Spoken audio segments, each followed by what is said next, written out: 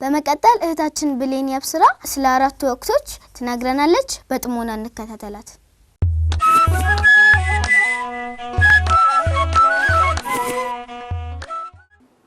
በስመ አብ ወወልድ ወመንፈስ ቅዱስ አሐዱ አምላክ አሜን።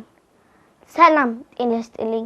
በመላው ዓለም የምትገኙ ውድ እግዚአብሔር ልጆች እህቶቼና ወንድሞቼ እንደምን ሰነበታችሁ?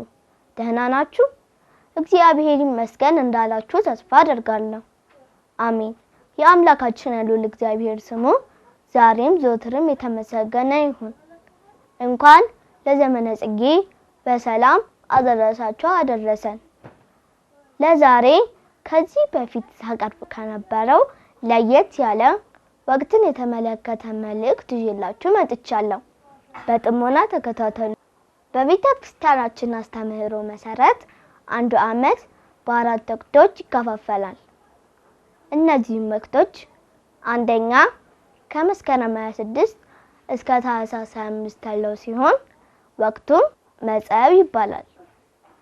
ሁለተኛ ከታኅሳስ 26 እስከ መጋቢት 25 ያለው ሲሆን ወቅቱም ሐጋይ ወይም በጋ ይባላል። ሶስተኛ ከመጋቢት 26 እስከ ሰኔ 25 ያለው ሲሆን ወቅቱም ጸደይ ይባላል። አራተኛ ከሰኔ 26 እስከ መስከረም 25 ያለው ሲሆን ወቅቱም ክረምት ይባላል። ውድ እግዚአብሔር ልጆች የዘመነ መጸው የመጀመሪያ ክፍል ዘመነ ጽጌ ተብሎ ይጠራል። ይህም ከመስከረም 26 እስከ ህዳር 6 ቀን ድረስ ያሉትን 40 ቀናት ያጠቃልላል። ጽጌ ቃሉ ጸገ አበበ ከሚል የግዕዝ ግስ የወጣ ሲሆን ትርጉሙ አበባ ማለት ነው። ዘመነ ጽጌ ደግሞ የአበባ ወቅት፣ የአበባ ጊዜ፣ የአበባ ዘመን ማለት ነው።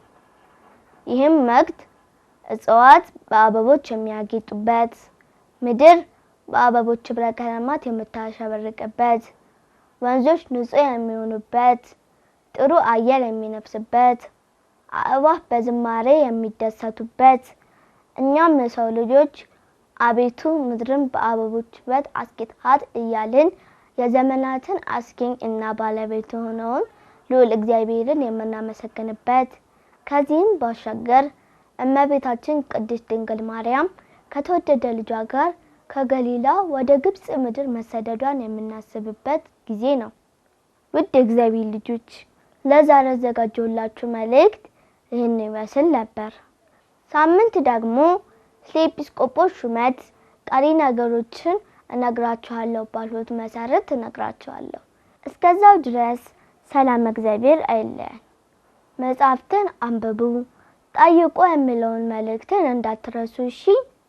ጎበዞች ስላዳመጣችሁኝ አመሰግናለሁ። መልካም ዘመነ ጽጌ።